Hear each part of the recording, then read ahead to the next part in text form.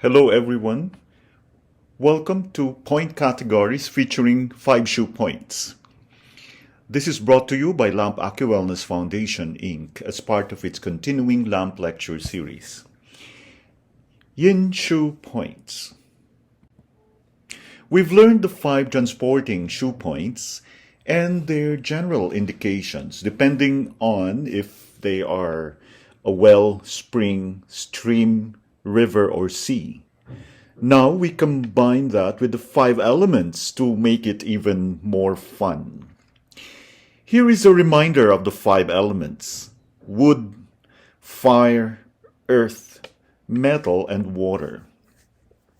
The generating cycle, or the creation cycle, moves in this direction, following the seasons.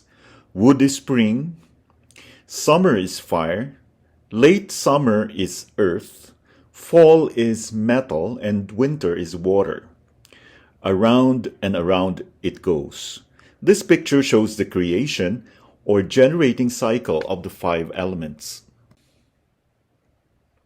Now we match up those 5 points to the 5 elements. It is different with the Yang meridian, so we're going to focus on the Yin meridians first.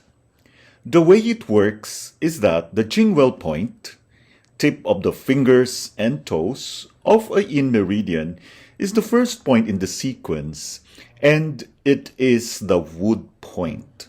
That makes the next point, the Yin spring, a fire point. The earth point is the Shu stream. The metal point corresponds to the Jing river, and the water point corresponds to the He Sea. You may have heard someone say, oh, that's the water point, and that's the fire point. This is what they are referring to. We're really excited to teach it to you because now you will understand what's going on. Depending on how you practice, you want to be aware of working with these points based on the 5 elements. Get ready because a whole bunch of points are coming at you.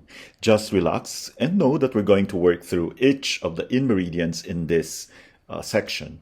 At the end, we'll clarify which points are the most relevant. Let's look at the Lang meridian as an example. The theory is to start on the tip of the fingers with the well points. Well points are on the tip of all 5 fingers. For the Yin meridians, well points are going to correspond to the wood element. So, we say that Lang 11 is the Jing well, wood point on the Lang meridian. Lang 10 is the Yin spring, fire point on the Lang meridian. Guess what's next? The next point is Lang 9, which we have already covered as an influential point. Now, you see that Lang 9 is also the Shu stream, earth point on the Lang meridian. Then we go to Lang 8, which is the Jing River metal point. Remember that water comes out of the well and gets bigger and bigger. Now we move to the He Sea point. It's all the way back at the elbow, which is Lang 5. We mix the qualities of the first set that we gave you using this for fullness below the chest. The Yin spring points are for relieving heat, and the Shu stream points are for relieving dampness and heaviness. The Jing river points are for respiratory issues, and the He Sea points are for rebellious qi. Now, combine that with the 5 elements and the meridian. To relieve a cough, use Lang 5. Why? A cough is rebellious Lang qi. The qi is moving in the wrong direction. That would be one application. Here it is without the 5 element aspect added to it, so you can see these points on the Lang meridian more clearly, according to the transporting point theory. And then here it is with just the 5 elements. We made a little chart for you. We are going to take our time and fill in the whole thing. We have 6 Yin meridians to do. As a little reminder, there are 3 yin meridians on the arm and 3 yin meridians on the leg. First, we'll proceed with the meridians on the arm, and then we'll do the meridians on the leg after that. We're not going to go through every tiny little detail about each point. The first layer is for you to see these points and to get a sense of the rhythm. The second layer is to know where the points are located, and remember that they're all located between the fingertips and the elbow. Points on the arm. The order starting from the fingertips is Jingwell, Yin Spring, Shu Stream, Jing River, and Hisi. These are all the numbers of the points on the pericardium meridian. We keep putting them into this chart. This chart is going to get real busy, but that's the beauty of taking a class on your own and working at your own pace here at LAMP. You can just take your time, hang in there with this, and start playing around with these points. What you're going to see is that this is a really important classification of points. This classification system will help you understand their nature. Part of the nature of Lang 9 is that it's the Shu Stream earth point. Part of the nature of pericardium 7 is that it's also a Shu Stream earth point. What makes them a little different is that this is the long meridian and this is the pericardium meridian. So you take your knowledge of the character of the different meridians and start mixing it with the Shu Stream application and then the element of earth. Ask yourself, what would the earth point be like on the lung? Keep in mind that the lung is the yin metal meridian. The lung corresponds to the metal element, and here we have an earth point on the metal element. Take your time. Meander through these points, giving yourself plenty of time to contemplate and absorb this information. From your experience, you'll start to create a relationship with the points. Here's the heart meridian, also a yin meridian, coming down on the pinky side of the forearm. These are the corresponding heart points, 9, 8, 7, 4, and 3. In the West, we've learned the points according to the numbers. So we think the meridians are supposed to flow from the chest out to the fingers. In some cases, that is true. However, the numbering system has limited our ability to really get to the nature of the points.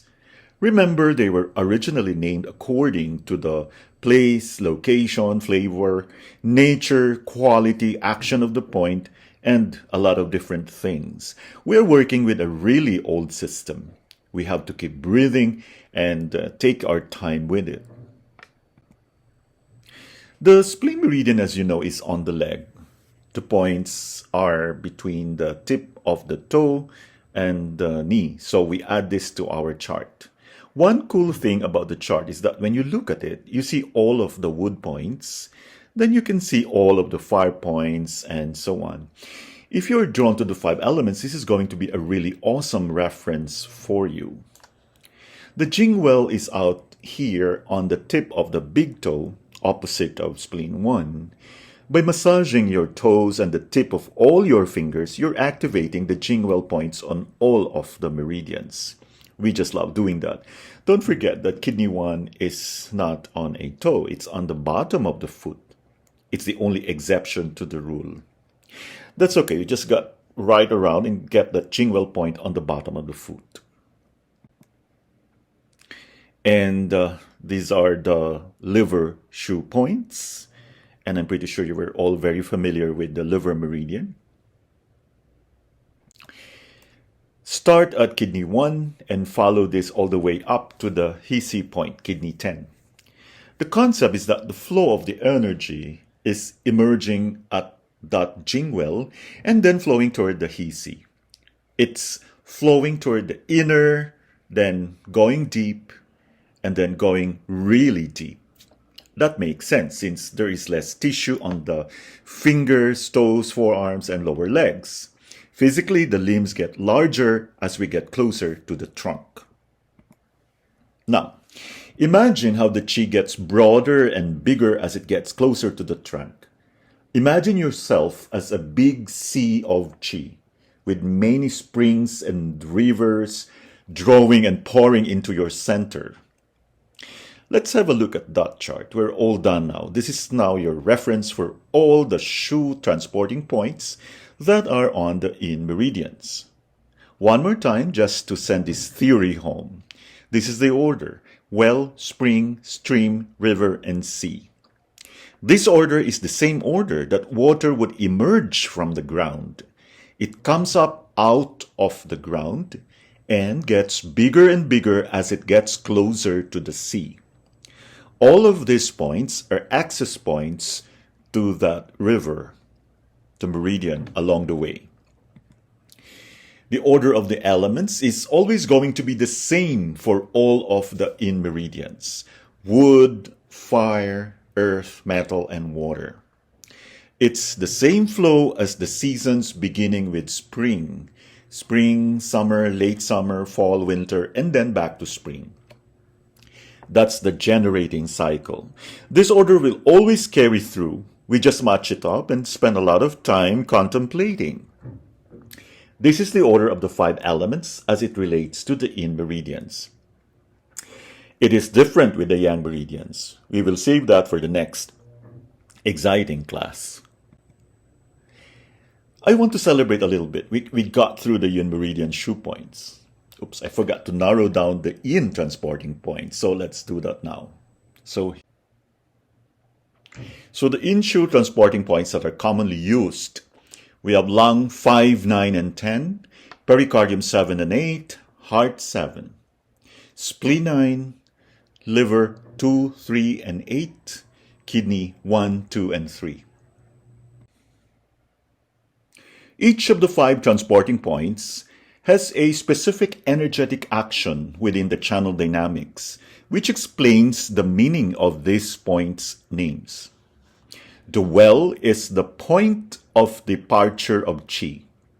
At this point, the channel is the most superficial and thinnest, and the energy changes polarity from yin to yang or vice versa. The energy is at its most unstable state here, so that it can be easily and readily influenced and changed.